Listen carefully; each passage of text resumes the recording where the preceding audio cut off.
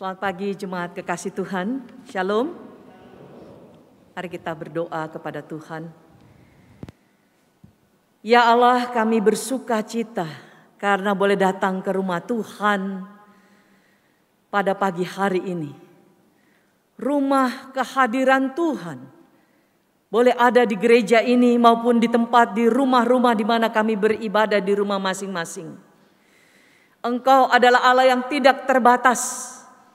Allah ada hadir di mana orang-orang percaya beribadah kepada Tuhan.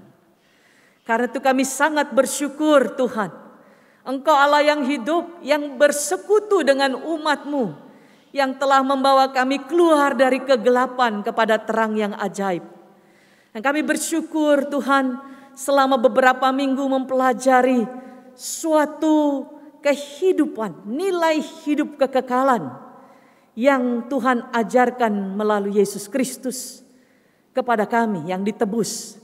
Sehingga memang seharusnya kami terus belajar untuk mengerti dengan dalam dan melakukannya dalam hidup kami sebagai seorang pengikut Kristus. Karena itu kami berdoa, teguhkanlah kami pada pagi ini lewat firman-Mu dan melalui Roh-Mu yang kudus untuk terus mengikut Tuhan dengan setia di dalam seluruh kehidupan kami, ya Allah. Dan kami boleh terus setia sampai kedatangan Kristus yang kedua kali. Bersabdalah, curahkanlah Roh-Mu bagi umat-Mu dan juga bagi hamba yang kecil ini kiranya dimampukan untuk menjadi alat-Mu Tuhan bagi kemuliaan-Mu. Dalam nama Tuhan kami Yesus yang kami hormati, kami berdoa mengucap syukur. Amin. Adalah satu sukacita boleh beribadah bersama-sama, baik kita secara onsite maupun juga Bapak Ibu Saudara yang berada di rumah masing-masing. Kita akan mempersiapkan firman Allah pada pagi hari ini dari kitab Matius pasalnya yang ke-7, ayat-ayat yang terakhir. Saya percaya bahwa Bapak Ibu dan Saudara jemaat Tuhan sudah mempelajari seluruh bagian daripada khotbah Yesus di bukit, satu bagian yang sangat indah sekali yang kita pelajari. Saya juga ada beberapa waktu mengikutinya sehingga bisa juga menyambung bagian dari apa yang disampaikan. Di dalam Matius pasal 7 ayat 24 sampai dengan ayat 27. Setiap orang yang mendengar perkataanku ini dan melakukannya, ia sama dengan orang yang bijaksana yang mendirikan rumahnya di atas batu. Kemudian turunlah hujan dan datanglah banjir, lalu angin melanda rumah itu, tetapi rumah itu tidak rubuh sebab didirikan di atas batu. Tetapi setiap orang yang mendengar perkataanku ini dan tidak melakukannya, ia sama dengan orang yang bodoh yang mendirikan rumahnya di atas pasir. Kemudian turunlah hujan dan datanglah banjir, lalu angin melanda rumah itu sehingga rubuhlah rumah itu dan hebatlah kerusakannya. Jemaat kekasih Tuhan, Matius pasal 5 sampai dengan Matius pasalnya yang ke-7 adalah merupakan pengajaran Kristus yang luar biasa setelah Dia datang ke dalam dunia dan dibaptis lalu memulai pelayanannya. Matius 4 ayat 17 mengatakan bahwa sejak itu Yesus memulai mengatakan, bertobatlah karena kerajaan Allah sudah dekat. Jadi sebenarnya kalau kita melihat di dalam Matius pasal 5 sampai pasal yang ke-7 itu adalah suatu bagian di mana sebenarnya kerajaan Allah sedang disampaikan oleh Tuhan Yesus. Bagaimana seseorang yang masuk ke dalam kehidupan bersama dengan Allah. Kita tahu sama-sama bahwa dosa memisahkan kita daripada Allah. Dan kita mengalami ketidakbahagiaan dan kehidupan yang tidak sejahtera. Tetapi Allah yang penuh dengan cinta kasih tidak membuang kita sedemikian rupa. melainkan Dia yang cinta membawa kita kembali kepada Dia dan membawa kita kembali untuk memiliki suatu kehidupan bersama dengan Allah. Karena tanpa Allah, manusia tidak akan pernah mengalami suatu kehidupan berbahagia, suatu kehidupan yang berarti, suatu kehidupan yang indah, mengerti apa artinya diciptakan oleh Allah yang hidup di dalam dunia ini. Karena itulah kalau kita perhatikan melalui gambar ini, gambar modern ya, biasanya gambarnya adalah Yesus dengan banyak sekali orang. Saya mengambil gambar ini, bahwa gambar ini termasuk mengajar kepada murid-murid, sekaligus juga kepada begitu banyak orang yang ada pada saat itu di mana Dia berkhotbah. Dan ini adalah bagian nilai-nilai kehidupan orang yang ada menjadi warga negara kerajaan Allah. Saya pikir-pikir pada waktu saya sedang mempersiapkan firman ini, bagaimana juga kita menjadi warga negara Indonesia, atau kalau kita berpindah menjadi warga negara Amerika atau warga negara Inggris atau Belanda atau apapun, kita akan mengikuti ya filosofi daripada kehidupan negara itu. Maka kita perlu kenal betul ya, seperti di Indonesia ini, Pancasila umpamanya, itu adalah filosofi daripada bangsa ini. Dan orang yang memang menjadi warga negara Indonesia perlu betul-betul mengerti ya. Dan seringkali terjadi orang berusaha untuk melemahkan Pancasila ini, maka dikatakan silakan saja tinggal di luar daripada Indonesia. Karena inilah yang dianut. Nah, yang saya ingin ajak kepada kita, Yesus justru membukakan menjadi warga negara kerajaan Allah, menjadi orang yang ditebus oleh Allah di dalam Kristus. Itu adalah hidup di dalam bagian yang disampaikan, berbahagialah, berbahagialah, berbahagialah. Banyak orang tapi salah menyangka, waktu membaca bukan jadi berbahagia, malah sedih, berat. Sebenarnya kita perlu memahami dengan sangat jelas, dan saya sangat bersyukur bahwa GKY Pluit ini dengan begitu jelas membeberkan mulai dari bagian demi bagian berminggu-minggu, supaya kita masuk ke dalam pemahaman yang benar akan menjadi hidup bersama-sama dengan Kristus itu. Oleh karena itu kita akan melihat bagian ini. Saya mulai slide saya dengan penutup. Waduh, khotbah saya mau selesai. Tapi maksudnya bukan penutup selesai khotbah, melainkan kalau kita perhatikan ini adalah khotbah penutup, bagian penutup daripada pasal 5 sampai pasal 7 yang sudah dijelaskan begitu gamblang oleh para pembicara-pembicara. Dan saya coba mengikutinya.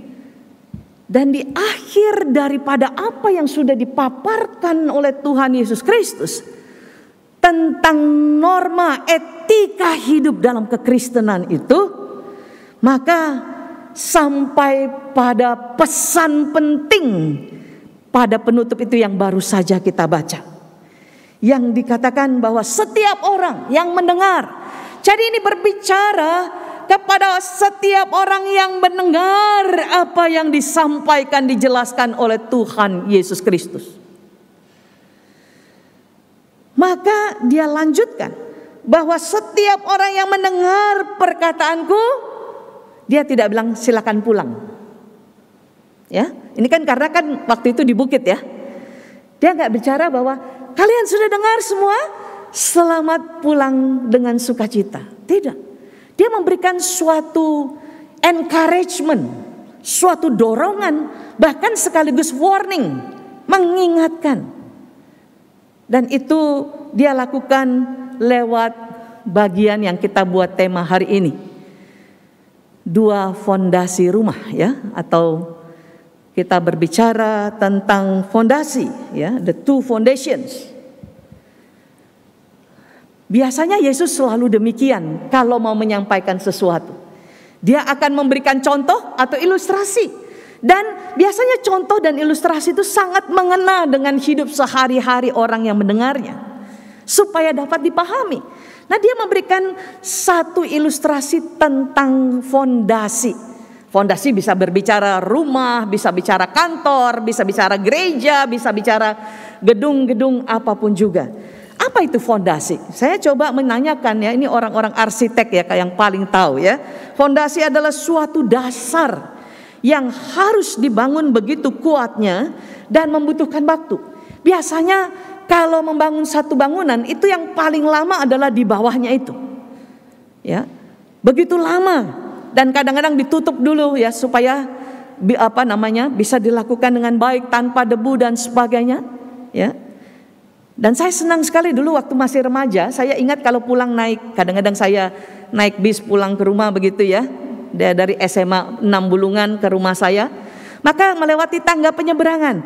Dan selalu di bagian tangga penyeberangan itu di daerah Tamrin Sudirman, dulu saya masih tinggal di daerah situ. Saya senang menontoni bangunan yang fondasinya dibangun. Itu lama banget. Tapi tiba-tiba setelah fondasi berdiri, langsung bangunannya begitu cepat sekali ada.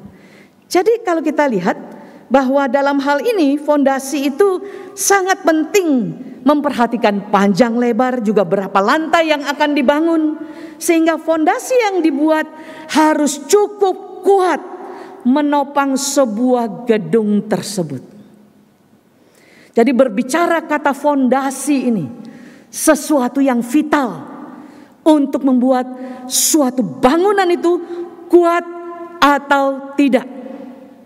Dan dia katakan di dalam bagian ayat 24 itu, bahwa setiap orang yang mendengar perkataanku dan melakukannya, ia sama, dikatakan. Saya senang kalimat sama.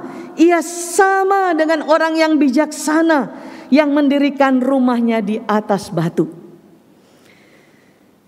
Ya, kalau ditanya pada kita rumah seperti apa akan kita ingin bangun, kan selalu begitu ya. Sekarang lagi ngetren sekali, semua ada, kita nonton di mana-mana orang bangun rumah keren dan sebagainya. Tapi fondasi yang seperti apa yang sedang dibangun supaya rumah itu menjadi begitu kuat? Nah, di sini dikatakan bahwa kalau orang-orang ini yang bijaksana ya, adalah membangun rumah yang paling utama dulu adalah di atas batu. Dikalimatkan di dalam bagian itu. Batu di sini dikalimatkan Petra bahasa Yunaninya, rock begitu ya. Yaitu lapisan tanah yang keras, yang tidak mudah bergeser, yang stabil, yang solid. Itu rumah di atas batu. Sehingga apa yang terjadi? Jikalau dia fondasinya begitu kuat, maka dikatakan oleh Tuhan di dalam bagian ini tadi, yaitu di dalam ayat 25, turunlah hujan, datanglah banjir. Waduh. Ya, kalau udah hujan terus mulai bocor rumah kita panik. Apalagi kalau datang banjir.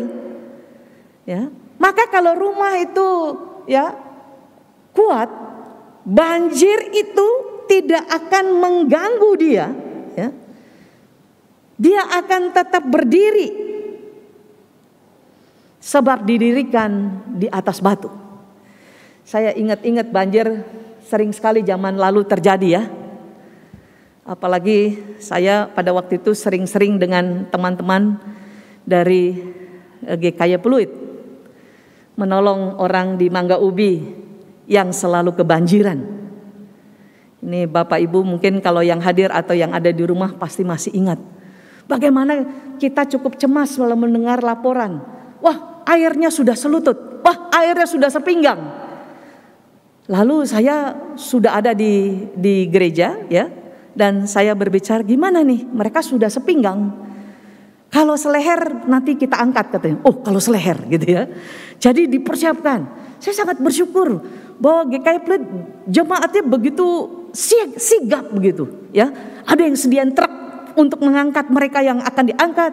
Ada yang siap dengan perahu karetnya, ada siap dengan ini, ada siap. Tapi memang harus rapat supaya tahu apa yang dilakukan. Dan pada waktu ditelepon lagi dikatakan, sekarang sudah seleher. Waduh, diberangkatkan itu truk-truk untuk mengangkat jemaat dan ditaruh di tempat yang solid. Di mana? Waktu itu baru dibangun GKY PIK.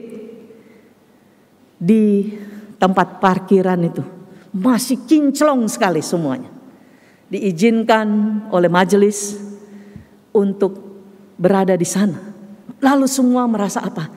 Aman, bayi-bayi aman, wanita-wanita aman, anak-anak aman. Karena apa? Karena tempat itu adalah tempat di atas batu yang kokoh. Maka rasa aman itu terjadi. Tetapi sebaliknya waktu Yesus berkata, mari kita lihat bagian yang selanjutnya ini, bahwa dikatakan ada justru yang terjadi, orang membangun rumahnya di atas pasir. Artinya tanahnya itu sangat mudah rapuh sekali. Begitu datang angin kencang, langsung mulai pasir-pasir merosot dan akhirnya rumah bisa menjadi roboh. Maka di sini kita melihat dikatakan oleh Yesus orang TOLOL atau bodoh. Nah, kalau sering ditanya kita mau jadi orang bijaksana apa orang bodoh? Nggak ada orang bilang saya maunya jadi orang bodoh. Semua pasti dalam hati walaupun nggak usah ngomong ya, pasti berkata saya ingin jadi orang bijaksana. Saya ingin jadi orang yang smart. Saya ingin jadi orang yang pintar. Maka Yesus berkata, kalau ingin jadi orang pintar itu pikir baik-baik waktu mau bangun rumah. Tentu waktu yang dia maksud di sini bukan hanya sekedar rumah kita yang secara fisik, tapi kehidupan iman kita kepada Allah. Kalau untuk buat rumah aja kita mikirnya setengah mati, diskusi sama arsiteknya setengah mati, pikirin biayanya setengah mati. Apakah kita spend waktu memikirkan bagaimana supaya hidup dasar iman kita itu harus kokoh? Apakah kita punya waktu pikirin betul-betul memikirkan bagaimana supaya iman saya mengambil keputusan mengikut Yesus, saya betul-betul akan terus setia mengikut Yesus? Atau tidak pernah memikirkannya? Ya, apa yang disediakan gereja itulah. Di sini Yesus justru ingin mengajak di kalimat penutup ini. Pikir baik-baik. Rencanakan baik-baik. Rumah iman kita itu bagaimana harus dibangun? Di atas batu atau di atas pasir? Nah, saya maju lebih jauh. Di sini dikatakan, saya mengambil kutipan sedikit dari Bapak Tim Keller. Bapak Tim Keller ini mengatakan bahwa bagian ini rumah di atas batu itu adalah Kristen yang otentik. Kristen yang asli, bukan Kristen palsu. Ya kita kalau mau beli HP, mau beli komputer, semua kan kita nggak mau yang KW-KW gitu ya. Carinya yang original. Supaya tahan lama, supaya tidak mudah rusak. Nah, Tim Keller mengatakan bahwa orang yang betul-betul berpikir, spend waktu memikirkan bagaimana imannya, iman anak-anaknya, iman keluarganya, iman jemaatnya bisa didirikan di atas batu yang solid itu, menjadi orang Kristen yang original. Itu harus menjadi kerinduan gereja, kerinduan pendeta, kerinduan majelis, kerinduan jemaat. Apa gunanya kalau bangunan bagus tetapi jemaat loyo-loyo imannya? Seharusnya terjadi setiap kali orang bilang, wah kita mau bangun gereja, saya berdoa supaya waktu gedungnya dibangun, jemaat juga terbangun iman. Sehingga baik fisik gereja, orang-orang yang ada di dalam gereja sama-sama berkualitas. Dan itu seharusnya menjadi kerinduan setiap orang yang percaya kepada Yesus Kristus. Tetapi juga saya mengutip di sebelahnya, itu adalah kalimat yang disampaikan Ibu almarhumah Dorothy Marx. Itu adalah guru kami kalau kami dulu mahasiswa. Ibu Dorothy ini seorang Inggris, orang Yahudi, berkata, banyak orang senangnya jadi orang Kristen yang iseng-iseng ikut Tuhan. Dia suka melakukan singkatan-singkatan. Kerjanya katanya, ya, mama lu maunya main-main melulu, begitu kalimatnya. Ya, makan, maunya makan melulu, begitu ya. Jadi kita suka ketawa kalau dengerin dia. Itu orang Kristen yang kalau diberkati baru ikut Tuhan. Itu orang Kristen iseng-iseng ikut Tuhan. Jadi saya coba pikirkan dua bagian ini. Yesus berkata, setiap orang yang mendengar. Jadi artinya semua orang mendengar apa yang diajarkan Tuhan Yesus. Sangat penting. Kita sama mendengar, datang ibadah di sini atau online. Kita sama mungkin mengadakan berbagai kegiatan di dalam gereja. Tetapi ada yang membedakan yang sangat penting di dalam bagian ini. Yaitu yang pertama, mendengar dan melakukan. Itulah orang Kristen yang otentik. Yang kedua, Kristen yang iseng-iseng ikut. Mendengar saja, senang, lucu, setelah itu melupakan. Ya. Saya sedih kalau ada mendengar kalimat begini. Oh, kami sudah pindah gereja. Ya. Bukan maksudnya sangat strict. Ya. Lalu saya bilang, kenapa pindah gerejanya? Aduh, katanya, kalau di situ lesu-lesu. Ya. Nyanyinya hymn terus, sini bisa lompat-lompat katanya. Ya. Tapi bagaimana pengajarannya, saya katakan. Sekali lagi akhirnya saya bertanya, di dalam mengikut Tuhan apa yang kita cari? Apakah betul-betul kerinduan kita paling besar adalah mengenal Dia dan mengikut Dia? Maka saya masuk kalimat kata yang diangkat oleh Kristus, mendengar dan melakukan. Itu saudara lihat gambar warna-warna itu. Itu artinya matetes. Dalam bahasa Yunani. Disciples.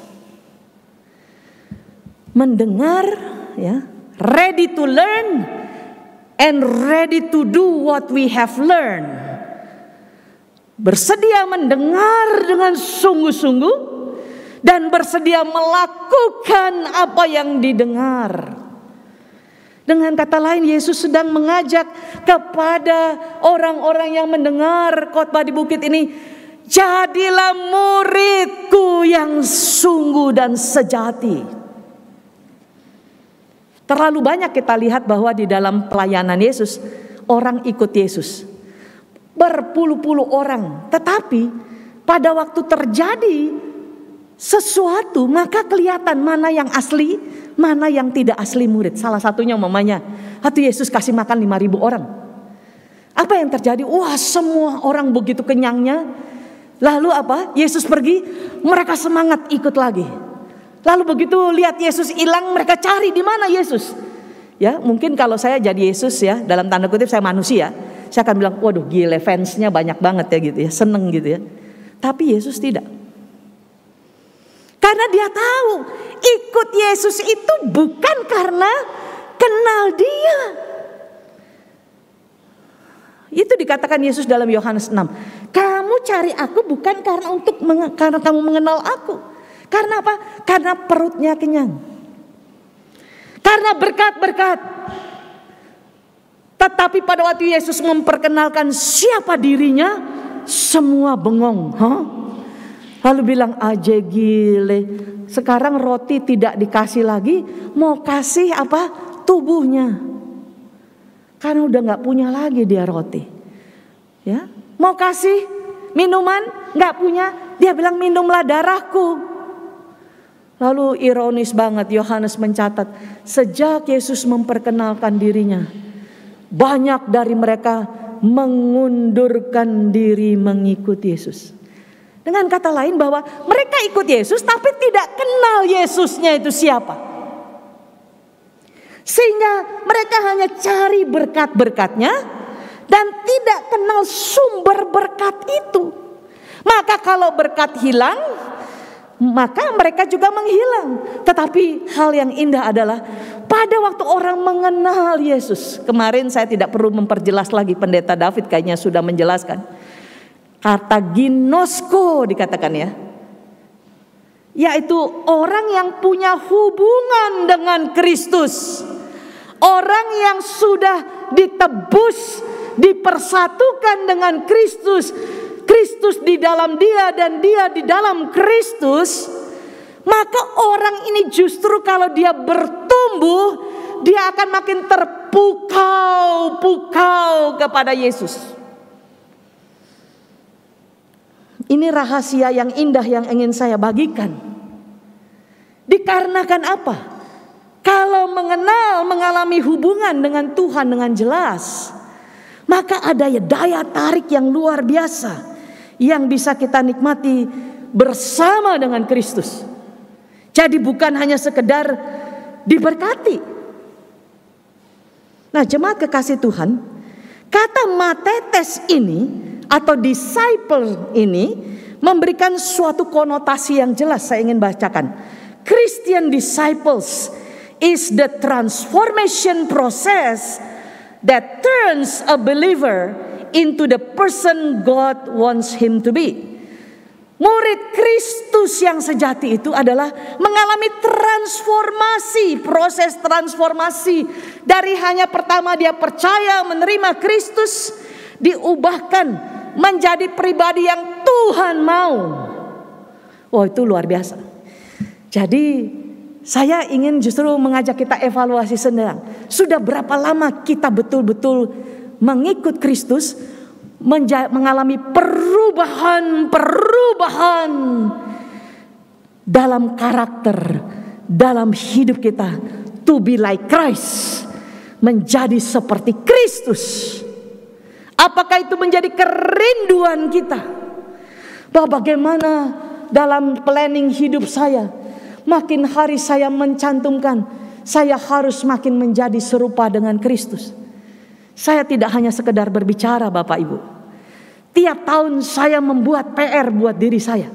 Bagaimana Galatia pasal 2, pasal yang ke-5 ayat 22-23 itu mengungkapkan kasih, sukacita, damai sejahtera. Saya jadikan PR setiap tahun satu. Saya belajar kesabaran 1 tahun. Saya belajar penguasaan diri, itu yang paling susah ya. 1 tahun. Saya berdoa karena saya tidak mampu hidup seperti itu. Berdoa menjadikan PR Tuhan 1 tahun ini. Proseslah, ini dia, proses transformation. Kata transformation itu adalah hanya bisa dilakukan oleh Allah di dalam Roh Kudus. Kita tidak sanggup merubah diri kita, tapi God can transform us. Maka kita perlu membuat planning dalam hidup kita kalau kita ingin sungguh-sungguh membangun rumah di atas batu, yaitu bagaimana kita punya PR memberi tema hidup kita 1 tahun. Supaya itu terus berkembang, ditransform. Bukan berarti kita sudah sempurna, tapi hidup kita yang berkarat ini dirubah dari karakter pelit menjadi karakter baik, dari karakter yang sombong menjadi karakter yang rendah hati, dari karakter yang tidak baik menjadi karakter yang baik. Ada PR yang perlu dilakukan. Knowledge and experience are necessary in discipleship. Di dalam pemuritan itu penting sekali mengenal kebenaran, tapi juga melakukan kebenaran.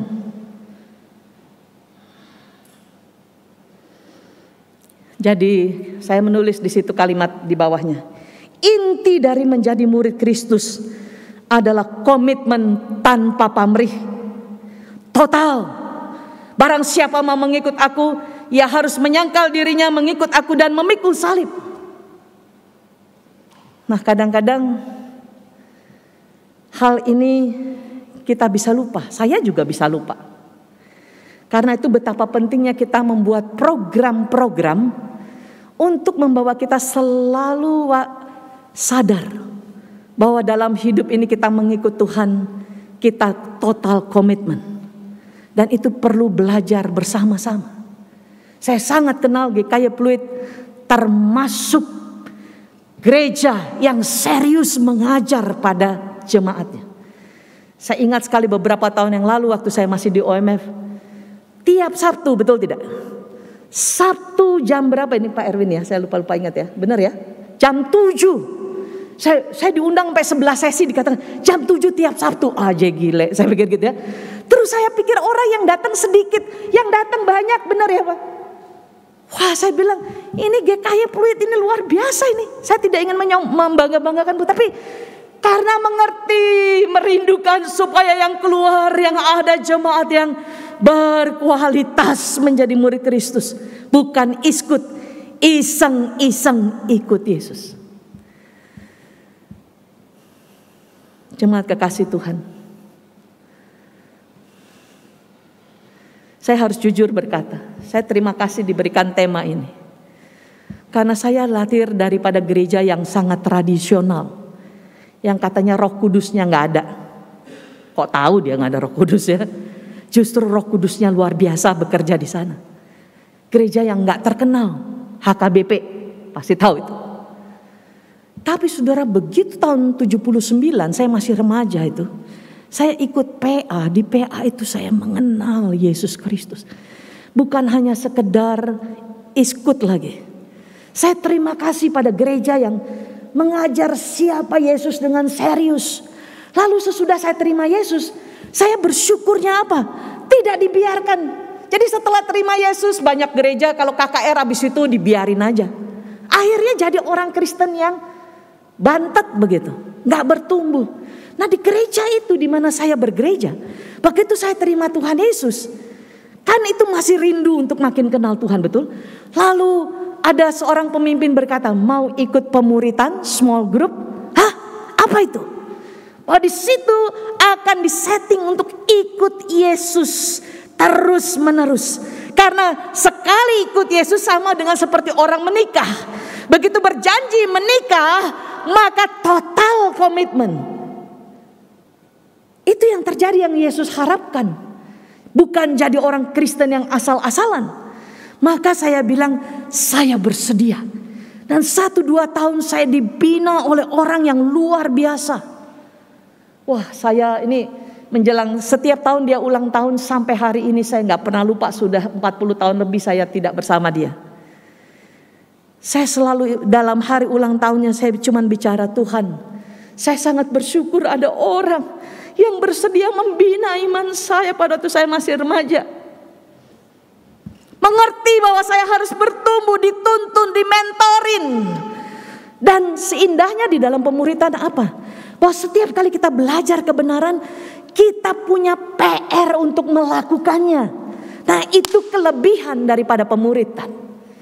Bukan sekedar hanya dengar pulang lupa. Karena minggu depannya ditanya lagi, udah ngelakuin apa belum? Waktu diajarin saat teduh umpamanya, pentingnya saat teduh. Minggu depan dia tanya, sudah saat teduh belum? Pertama sih ngelakuinnya ya karena takut sama dia, bener gak ya? Ditakut ditanya. Tapi lama-lama kita jadi keasikan bersama dengan Tuhan. Dibangun persekutuan dengan Tuhan. Lalu kita mulai di-challenge karakter-karakter hidup kita. Salah satu saya ingat karakter yang di-challenge itu adalah kebohongan. Kita mudah sekali bohong. Dan hari itu saya setelah ikut pemuritan saya bilang sama Tuhan, saya mau stop tidak bohong lagi Tuhan. Hei kata Tuhan, are you ready? Sudah siap untuk dibentuk untuk tidak bohong, untuk hidup jujur? Saya katakan iya. Besoknya diuji beneran. Pulang sekolah, saya gak tahu sudah pernah cerita tuh. Saya pulang dengan teman saya ke rumah. Lalu sampai di rumah mami bilang gini, nanti kalau ada tamu bilang mami gak ada ya. Loh, saya gini, waduh, saya ingat kemarin barusan pemuritan jangan bohong. Hari ini saya di-challenge. Nanti kalau ada tamu saya berdoa, semoga gak ada tamu ya Tuhan. Kalau gak ada tamu kan saya aman ya.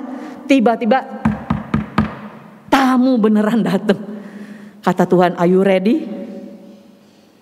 Saya bingung, kalau gak bohong dimarahin mami. Kalau bohong, Tuhan, wah itu struggle jadi orang Kristen pertama-tama gak gampang saudara. Akhirnya saya punya akal licik. Kita ini kan hatinya licik ya, yang terus harus diperbaharui makanya. Itu Yeremia 17 ayat 9. Hati kita itu licik. Itu sebabnya hati itu harus terus ditransform oleh Roh Allah.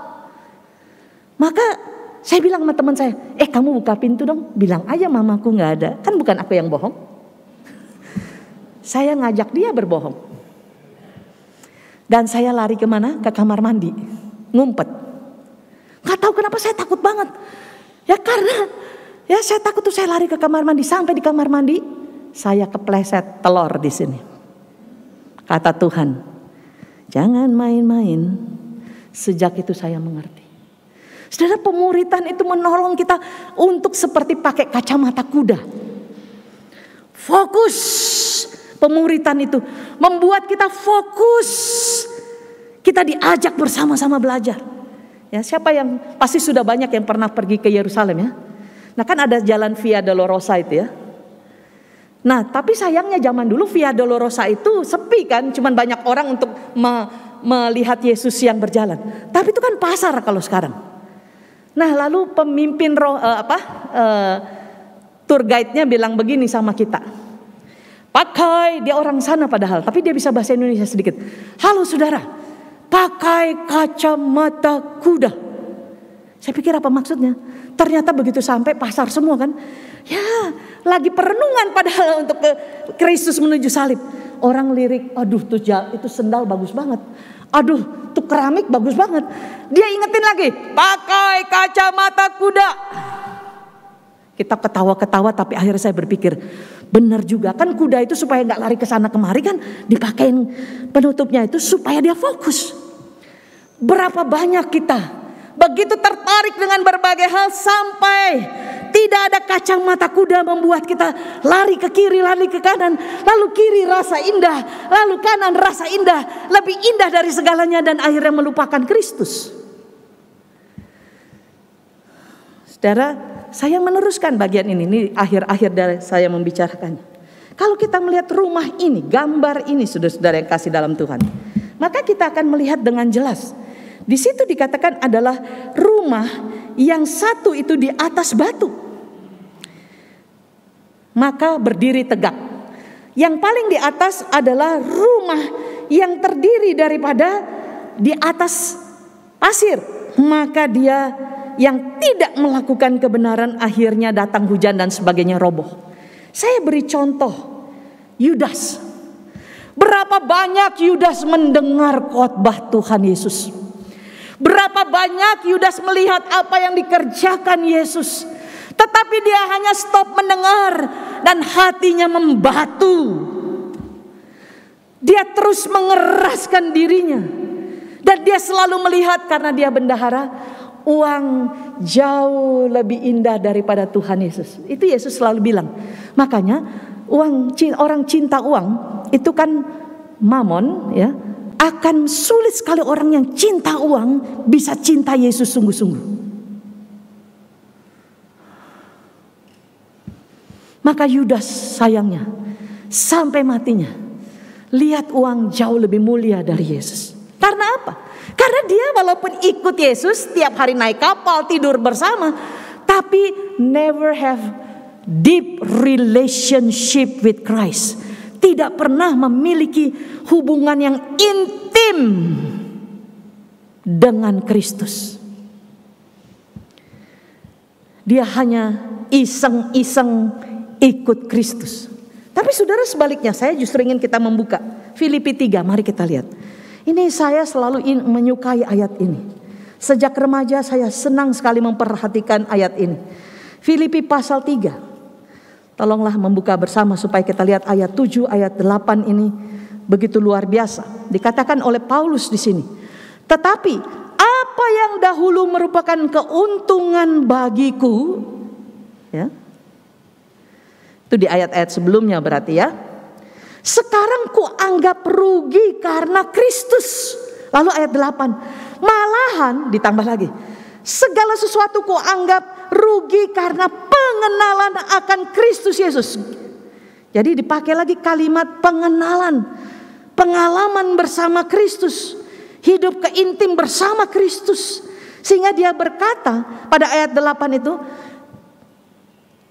Karena pengenalan akan Kristus Yesus Tuhanku lebih mulia daripada semuanya. Oleh karena dialah, ini kalimatnya ya, Matetes itu.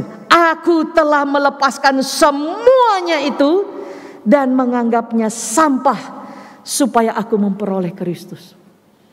Bawa pulang ayat ini, renung-renungkan. Pada waktu zaman lalu, Paulus menganggap di luar Kristus itu sesuatu yang mulia, sesuatu yang indah, sesuatu yang luar biasa. Tetapi pada waktu titik pertemuan dengan Kristus dan pengenalannya makin dalam dengan Kristus, yang ini nilainya makin turun dan Kristus makin hari makin mulia dalam hidupnya. Sehingga akhirnya dia mengatakan, malahan aku bersedia. Dikatakan, melihat ini sebagai sampah. Saudara maafkan kata sampah dalam bahasa Yunani di sini buruk sekali. Itu kotoran yang kita buang itu. Yang sudah busuk begitu. Ya, itu artinya. Tetapi melihat Kristus jauh lebih mulia dan akhirnya dia berkata, aku bersedia melepaskan segala sesuatu supaya aku memperoleh Kristus. Adakah Bapak, Ibu, Saudara dan saya, firman ini menantang kita, apakah Kristus makin indah dalam hidup kita? Apakah Kristus kita makin dekat dengan dia dikala ada masalah, dikala kita senang, dikala berbagai hal, tetap Kristus jauh di atas segalanya, membuat kita tidak hanya senang hanya dapat berkatnya, tapi mengikut dia jauh lebih penting. Maka saya selalu berdoanya begini, ini saya ngomong sesuatu yang memang hanya apa yang saya alami. Saya setiap kali dapat berkat saya bilang kepada Tuhan, Tuhan jadi saksi. Tuhan, biar hatiku tidak pernah melekat pada berkat-Mu, tapi hatiku terus melekat pada sumber berkat. Supaya kalau berkat itu diambil, aku tidak pernah meninggalkan Engkau. Banyak sekali yang Tuhan ambil dalam hidup saya. Tapi itu pengujian yang luar biasa. Satu hari Tuhan seperti mengetes saya. Yang paling termahal Tuhan ambil dari hidup saya. Sepertinya Tuhan bilang, apakah engkau lebih mencintai itu atau mencintai aku? Saya gak berani ngomong, saya cuma bilang, Tuhan, saya tidak tahu berapa besar cintaku padamu. Tapi satu hal yang aku tahu, aku ingin tetap mengikut Engkau. Karena apa? Karena hidup mengalami Kristus itu luar biasa. Dia sudah mati membayar semuanya untuk engkau dan saya. Nah, sepanjang hidup dia begitu indahnya kita alami dalam hidup kita di tengah berbagai badai, hujan dan segala sesuatu. Termasuk pandemik ini. Pandemik ini justru menjadi filter yang paling kuat hampir 2 tahun kita alami. Di situ kelihatan kita otentik Kristen atau kita hanya orang Kristen yang iseng-iseng ikut Yesus. Saya tutup dengan yang paling terakhir di dalam bagian ini. Inilah tujuan daripada Tuhan. Memuridkan kita, kenapa kita harus mendengar dan melakukan tiap-tiap hari mempraktekkan. Karena Dia mau kita menjadi seperti Dia. Ditransformasi dari waktu ke waktu. Tetapi juga yang kedua, supaya memang kita yang diciptakan dibaharui menjadi garam dunia dan menjadi terang dunia. Bersinar di tengah kegelapan, bersinar di tengah pandemik, bersinar di tengah kesulitan. Jadi bukan hanya bisa tahan berdiri, tetapi menjadi berkat buat banyak masyarakat. Di mana kita kerja, di mana kita berdagang, di mana kita studi, di mana-mana kita berada. Inilah yang Tuhan rindukan. Nah, pertanyaannya, apakah gereja kini masih menjadi seperti yang dikatakan garam dan terang? Karena justru di tengah pandemik ini, dalam sejarah mengatakan, pada waktu terjadi kesulitan besar, banyak orang menjadi percaya kepada Kristus. Karena apa? Orang-orang Kristen terlibat penuh dalam kesulitan masyarakat. Dan disitulah dikatakan bahwa pandemik menjadi pintu terbuka seluas-luasnya. Tidak ada yang menghalangi lagi. Membawa Injil sepenuhnya lewat perkataan perbuatan kita. Mengasihi sesama kita. Yesus mengasihi, memberi makan, memberi pakaian, memberi pertolongan. Seharusnya juga kita termasuk memberikan cinta yang konkret kepada sesama kita. Di situ masyarakat akan melihat this is the real Christian. Dan biarlah melalui hidup kita menghadirkan Kristus, membawa shalom bagi sesama kita. Mari kita berdoa.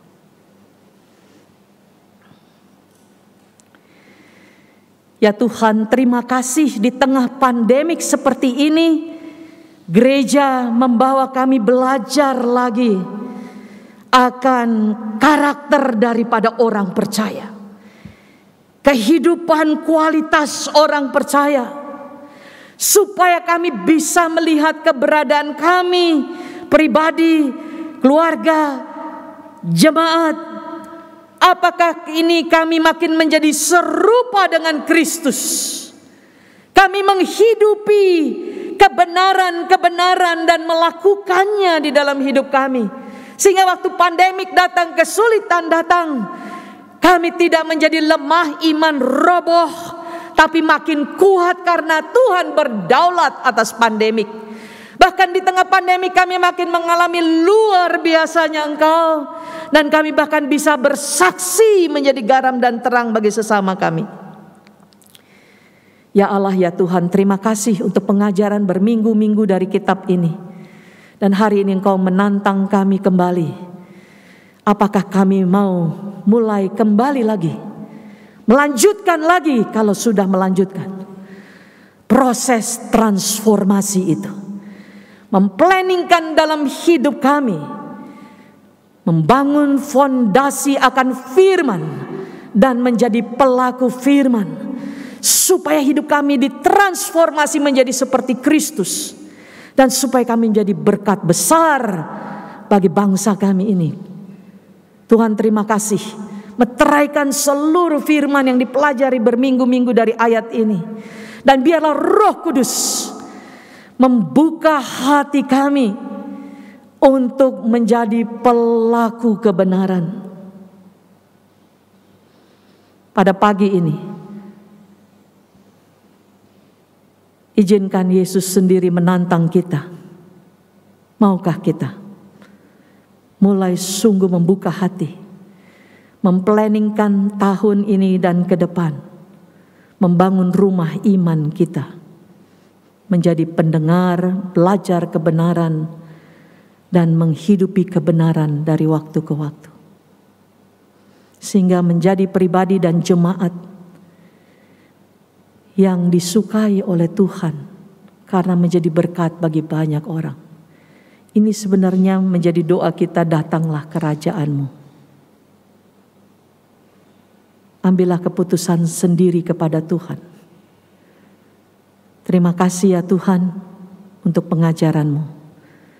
Dan Kau lihat hati yang terbuka untuk ditransform, termasuk hamba memberi diri lagi. Terbuka, transform kami Tuhan. Ampuni kami kadang-kadang keras hati. Ampuni kami kadang-kadang membiarkan hidup kami berkarat, tidak menjadi pelaku kebenaran. Ampuni juga kami kalau kami banyak cinta uang lebih daripada cinta Tuhan. Sehingga kami bisa tumpul ya Tuhan. Kami berdoa supaya melalui firman berminggu-minggu kami belajar, dan Roh Kudus membawa kami kepada satu kehidupan murid Kristus yang belajar di bawah kaki-Mu dan menjadi pelaku kebenaran. Berkati Tuhan GKY Pluit. Berkati seluruh jemaat dalam kehidupan, dalam kesusahan, dalam sakit, dalam pergumulan iman. Berkati kami untuk setia sampai kedatangan Yesus yang kedua kali. Terima kasih Tuhan, dalam nama Yesus kami berdoa. Amin.